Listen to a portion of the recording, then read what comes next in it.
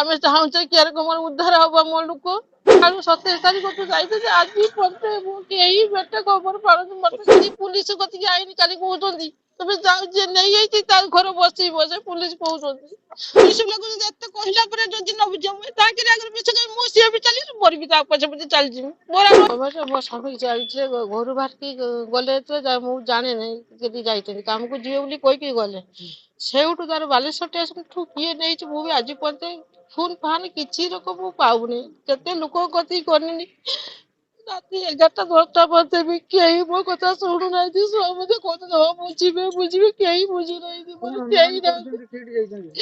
ମୁଁ ଜାଣିପାରୁନି ଯେ କେହି ଯାଇଛନ୍ତି ସେ ଖାଲି କହୁଛନ୍ତି ସେ ତେଲେଙ୍ଗାନା କେହି ନେଇଯାଇଛି ସେ ଲୋକ ଯେ ସେ କହୁଛୁ ସିଆଡେ ନେଇକି ଛାଡି ଦେଇଯାଇଛି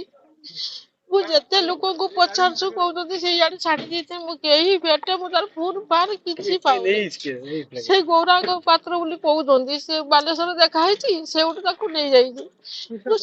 କାମ କରି ଏତେ ନବ ବୋଲି କହିକି ନେଇଯାଇଛି କେତେ ଦିନ ହେଇଗଲାଣି? 27 ତାରିଖଠୁ ବାହାରି ଯାଇଛନ୍ତି ସକାଳୁ 27 ତାରିଖଠୁ ଯାଇଛନ୍ତି ଆଜି ପର୍ଯ୍ୟନ୍ତ ମୁଁ କେହି ବେଟେ ଖବର ପାଉନି ମତେ କେହି ନାହାନ୍ତି କିଏ ବୁଝିବ ମୋ କଥା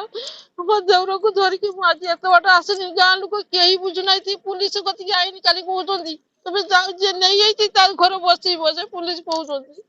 ମୁଁ କାହା ଘରେ ଯାଇକି ବସିବି ମୋର କିଏ ଅଛି ମୋ ସାହାଯ୍ୟ କରିବ ମତେ କେହି ବୁଝୁନାହାନ୍ତି ସ୍ୱାମୀଙ୍କ ବୟସ କେତେ? 65 ବର୍ଷ ହବ ସେ କଣ 24 ଘଣ୍ଟା ପାଣି ଭିତରେ କାମ କରୁଥିଲେ? ପାଣି ଭିତରେ ଖଟଉଛନ୍ତି ନେଇକି ମିଛର କହିଲେ ଯେ ଆମେ ଏଇଠିକି ନେଇଯିବା ଦାନା ପକେଇବ ଇଏ ପକେଇବ କିଛି ନାହିଁ ପାଣିର ଖଟଉଛନ୍ତି ରାତି ଦିନିକି ସବୁବେଳେ ଖଟଉଛନ୍ତି ତା ହାତ ଗୋଡ ସବୁ ଫୁଲିଗଲାଣି କହୁଛନ୍ତି ଆଚ୍ଛା ମାଉସୀ ଏବେ ଆପଣ ଚାହୁଁଛନ୍ତି କଣ? ପୁଲିସ ତ ଆମେ ଜଣେଇଛନ୍ତି ଚାହୁଁଛେ ପୁଲିସ ତ ଶୁଣି ନାହିଁ ଶୁଣି ନାହିଁ ଆମେ ଚାହୁଁଛେ କିଏ କମର ଉଦ୍ଧାର ହବ ମୋ ଲୋକ ଆଉ ଯେଉଁମାନେ ନେଇଛନ୍ତି କିଏ ଦଣ୍ଡ ପାଇବ ମୋର ସେତିକି ମୋର ଖୋଜୁଛୁ ତାଙ୍କ ମାନଙ୍କୁ ଭାବୁଛନ୍ତି ବସ୍ତା ପୁଲିସ ଶୁଣିବ ଯଦି ନ ଶୁଣେ କଣ କରିବେ? ଆଉ କେଠିକି ଯିମି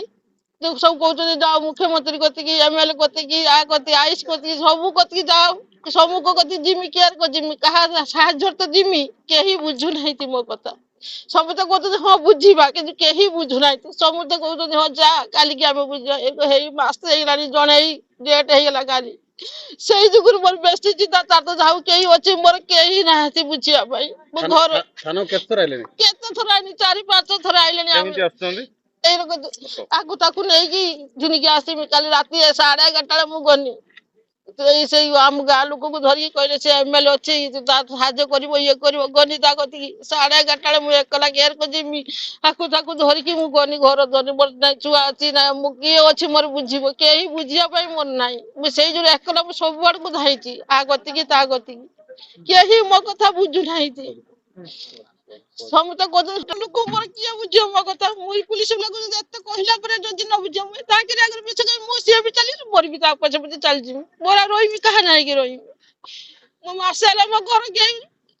5 ପଇସା ଜିନିଷ ମୋ ଘର ନାହିଁ ମୁଁ ଜାଣିଛ ମୋର କେହି ନାହାନ୍ତି ଯେ ଆଜି ଟିକେ ତେଲ ଆଣିଦବ କି ଲୁଣ ଆଣିଦବ କେହି ନାହିଁ କି ମୋ ଦୁଃଖ ବୁଝିବା ପାଇଁ ମୋ ଡାଇବେଟିସ ହେଇଛି ପ୍ରେସର ବାହାରୁଛୁ ମୁଁ ସେଇଥିରେ ଧାଇଁଛି ଆ ଗତିକି ତା ଗତିକି ରାତି ଦିନେ କି ଦୌଡିଛି କେହି ବୁଝୁନାହାନ୍ତି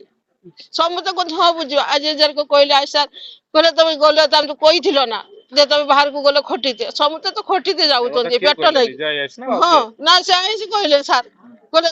ତମେ ଚାଲିଛ ଯେତେ ଯାଇଲ କହିକି ଯାଇଥିଲ ନା ଲେବର ଅଫିସର କହିକି ଯାଇଥିଲ ତମେ ଖଟିବା ପାଇଁ ତମେ ତ ନିଜ ଇଚ୍ଛାରେ ଯାଇଛ ଏଠିକି ଆସିଛ କିସ କରତେ ଯାଅ ସେ ଖଟି ଯାଇଛି ସେ ଚାଲିଯିବ ଆମ କତିକି ଆସିଛ ଗୁହାରି କରତେ କିସ କରିବା ଆମେ ବୋଲି ଶୁଣିଲା ତ ଏଇ କଥା କହୁଛନ୍ତି ଆମେ ବୁଝିବା କିସ ତମେ ସବୁ ଜଣେଇକି ଯାଇଥିଲ ନା ଆମେ ଲେବର ଅଫିସକି ଗଲେ ସିଏ ବି ଲେବର ସାର୍ କହିଲେ ତମେ ଆମକୁ କହିକି ଯାଇଥିଲ ନା ତମେ କାମ କରତେ ଯାଉଛ ବୋଲି ଦୁନିଆରେ ତ ସବୁ ଯାଉଛନ୍ତି ସେ ଖଟି ପେଟ ନାକି ଖଟିତେ କାହିଁ କିଏ ବୁଝୁଛ ଆମ ଦୁଃଖ କେହି ତ ବୁଝୁନାହାନ୍ତି ନା ସମ୍ମୁଖ କତିକି ଆମେ ଯାଇଛେ କେହି ବୁଝିନାହାନ୍ତି ଆଜି ପର୍ଯ୍ୟନ୍ତ